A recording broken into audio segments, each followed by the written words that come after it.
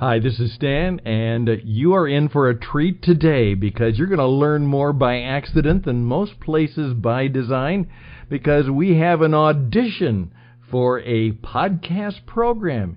Now, you need to do that too sometime, but right now we're going to hear more and interesting and funny and clever stuff that you've never heard before, and it is our version of Car Talk, and the program begins right now.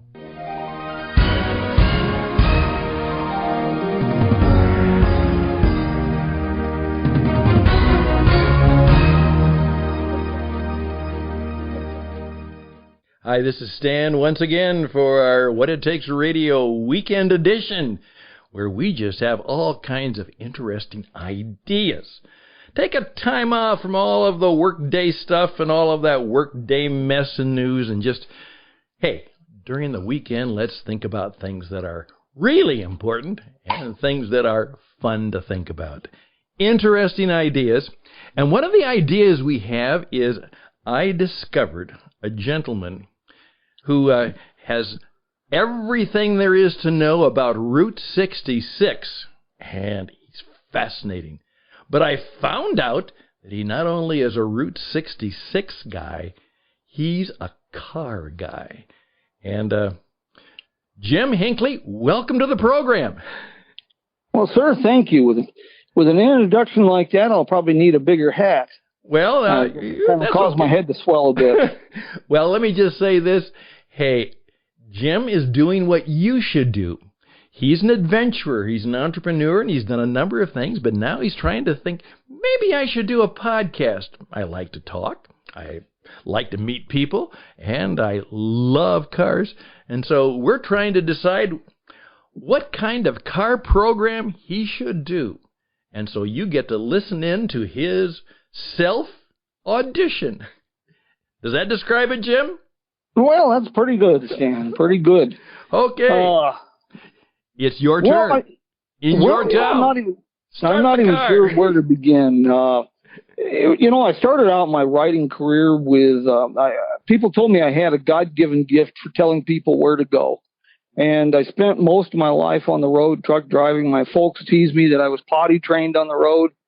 And, but you can't tell the story of the road without talking about the cars.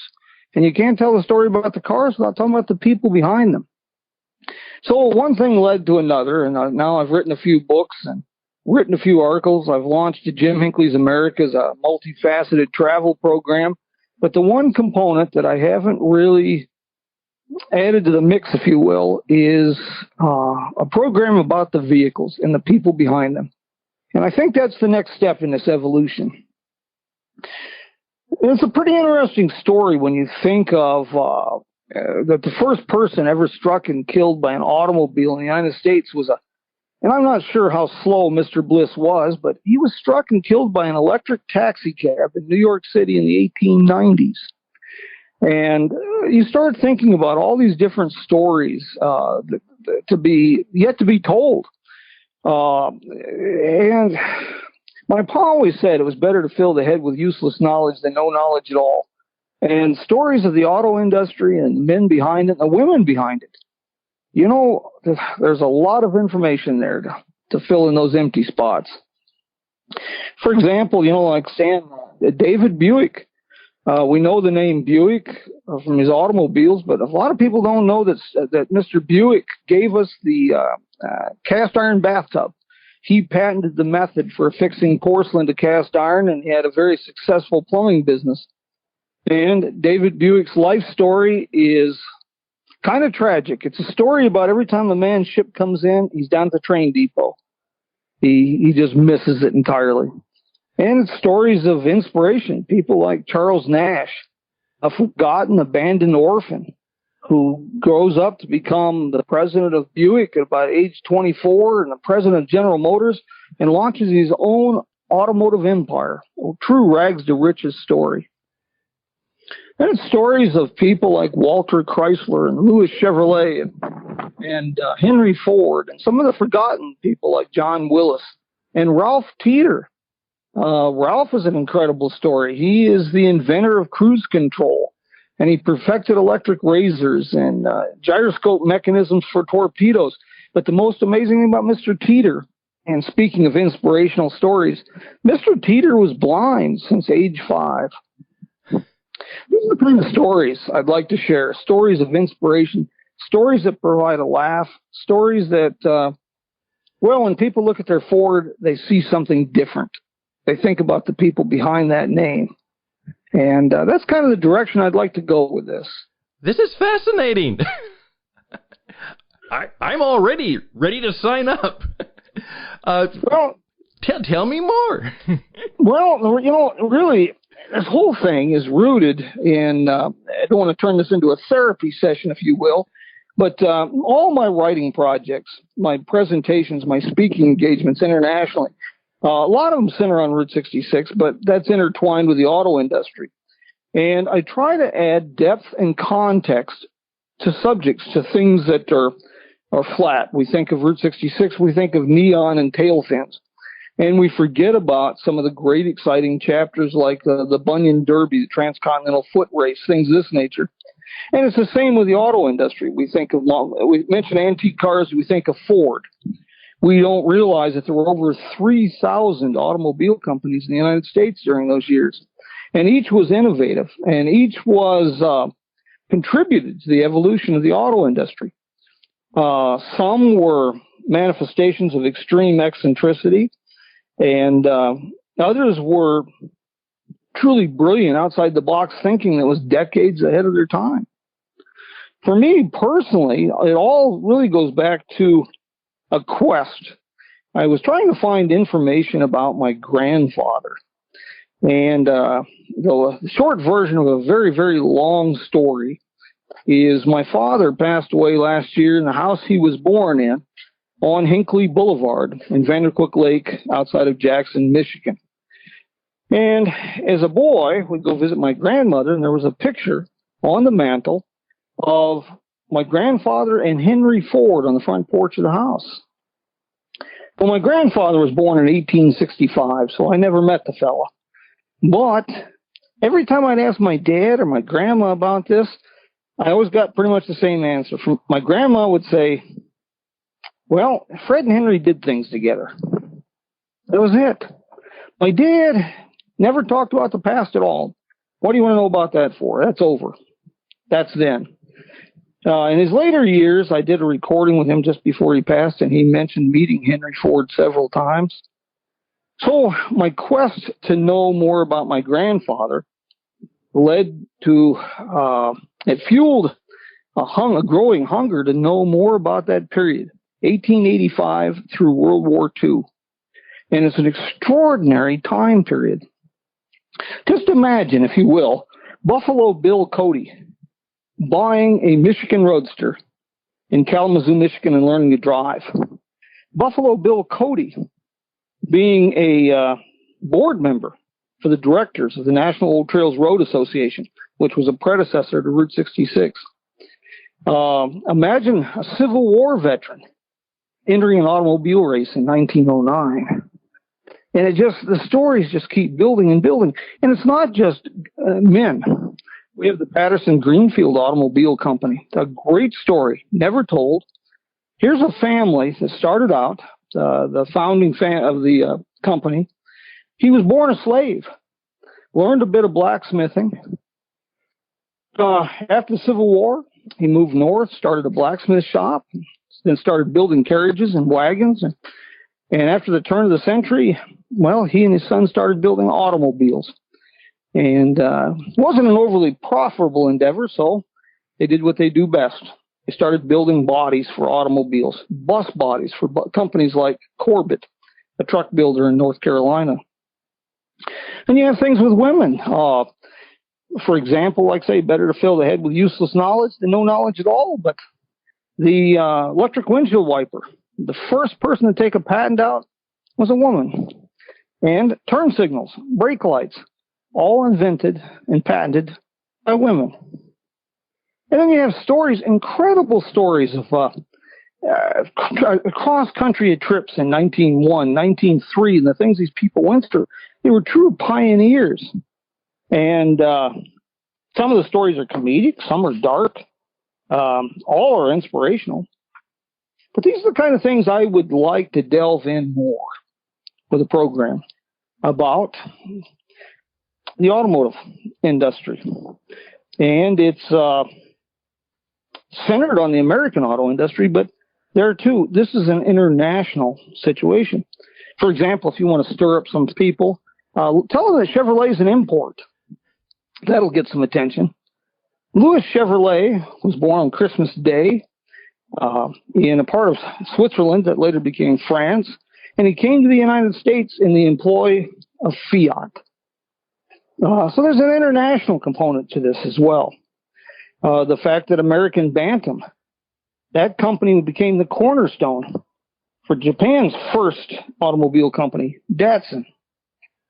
And it just goes on and on and on. There's so many interconnected pieces to this, and so many fascinating and bizarre things.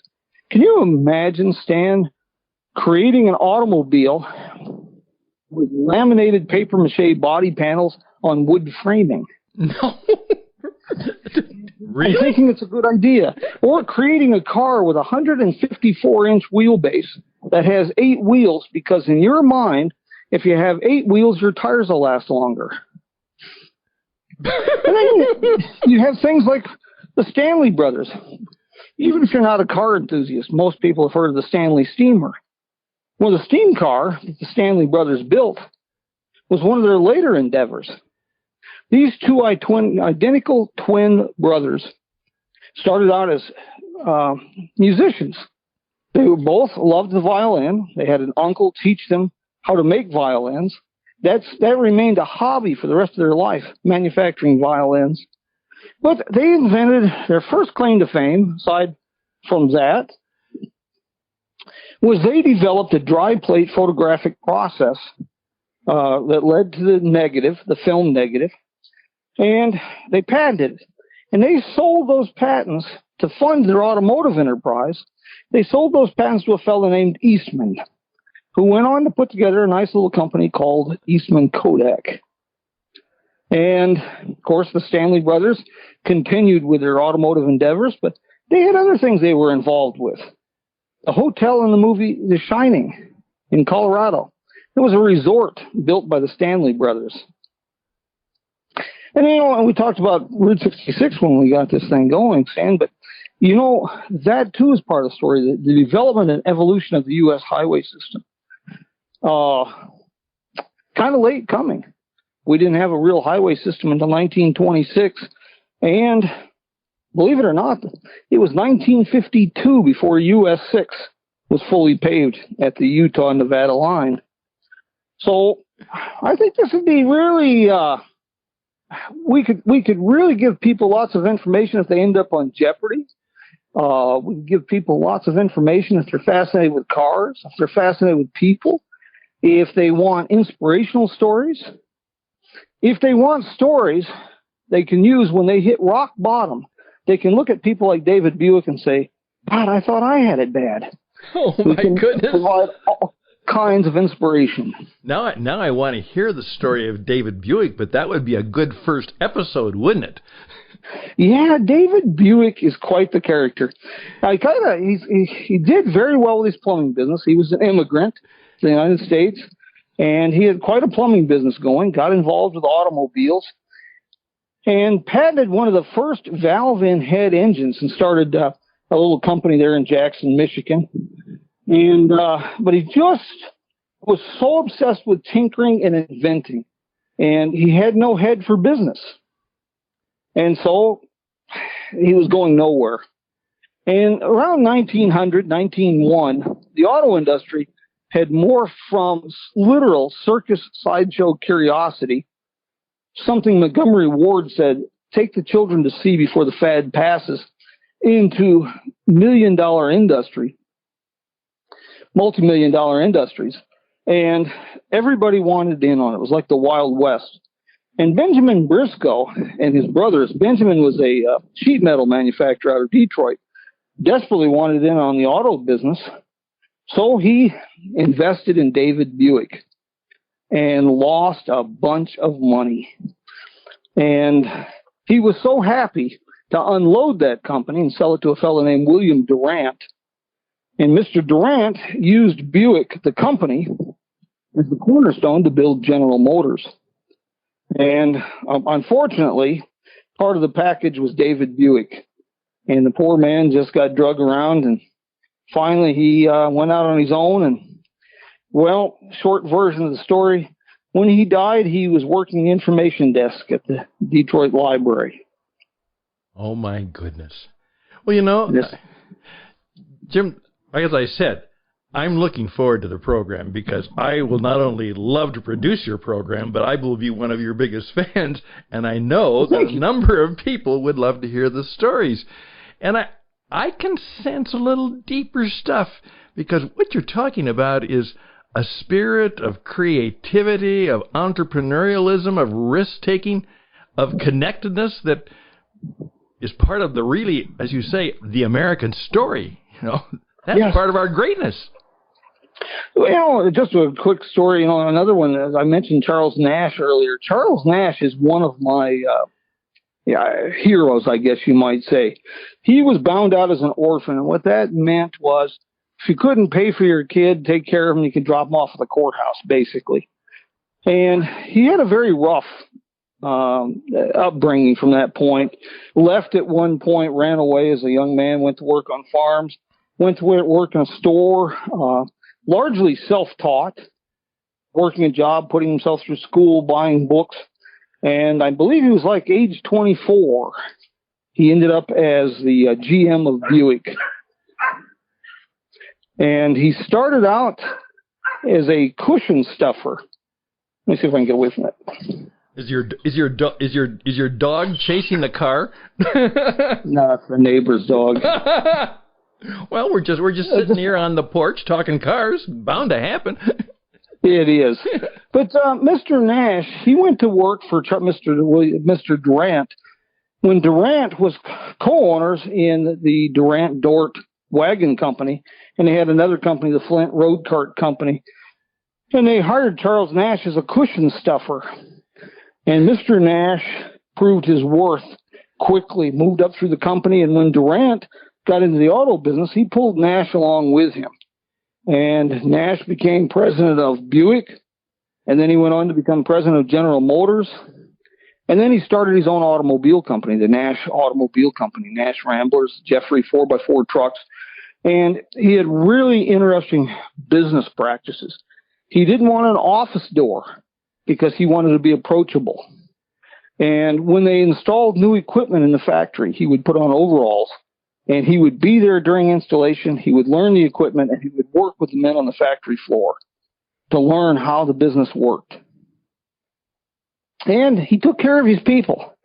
When they were having massive labor troubles in the 1930s, automobile unions were being formed, things of this nature, they could not get a foothold at Nash because he took such good care of his employees with medical care, with low-interest home loans, with educational programs. They didn't see any reason to unionize. And Mr. Nash had a long, productive, and inspirational life. And I never knew that. I never thought of that. We hear the name Nash and we think, oh, that's a long-dead automobile. But it comes out of an incredible legacy of American creativity and all that's good about this country. Yeah, exactly right. And, the ups and downs of things. Henry Ford, people don't realize his Ford Motor Company was his third attempt. And they don't realize that Henry Ford's second company ended up being the cornerstone for the establishment of Cadillac. And they did the Edsel, too. Well, the Edsel, that poor Edsel, it looked like a Buick sucking a lemon. That was Henry Ford's son, was Edsel. And Edsel was quite a genius in his own right. He developed Lincoln as a luxury car brand. He played a key role in the development of the Model A Ford, the Lincoln Zephyr, the V12 Lincoln Zephyr in the late 30s. And he was quite an interesting fellow. And tying that to Route 66, in the summer of 1915, Edsel Ford and his college buddies set out west to go to the Panama Pacific Exposition in California. And as with tourists continues to this day, he wanted to see the Painted Desert, the Petrified Forest, the Grand Canyon, the wonders of the Southwest. So they followed the National Old Trails Road. Here in the Southwest, after 1926, the National Old Trails Road became Route 66. Oh, my goodness. There's the story. Jim, you got to do more of this. Now, I'm going to ask you one more question. Where do you learn all this good stuff? How do you do that? A little bit of your storytelling research process, and then we're just going to have a big vote, and you'll be voted in as the podcaster to be for 2021. Okay? Well, sounds good to me. I enjoy sharing stories. I enjoy telling people where to go. I like inspiring people. And I like providing, like I say, depth and context to subjects.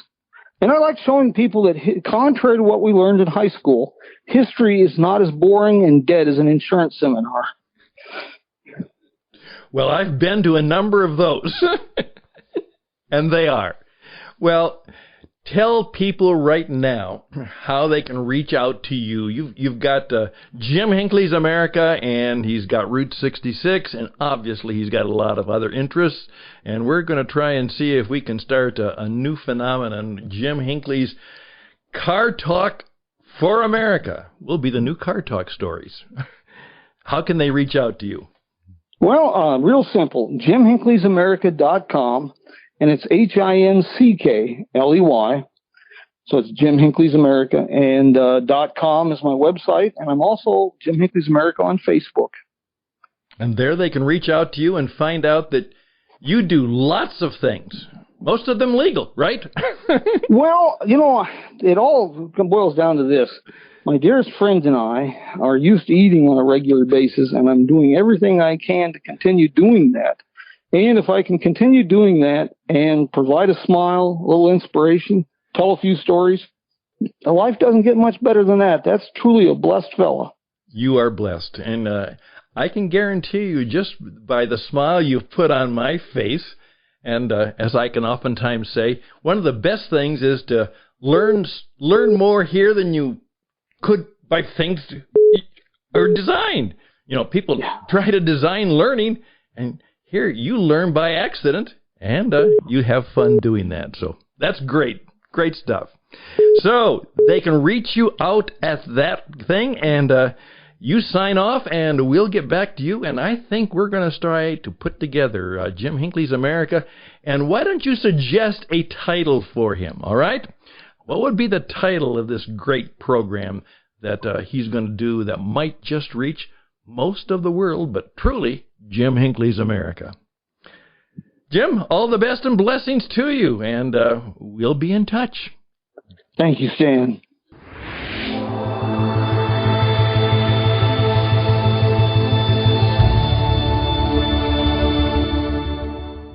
Now, wasn't that just a whole lot of fun?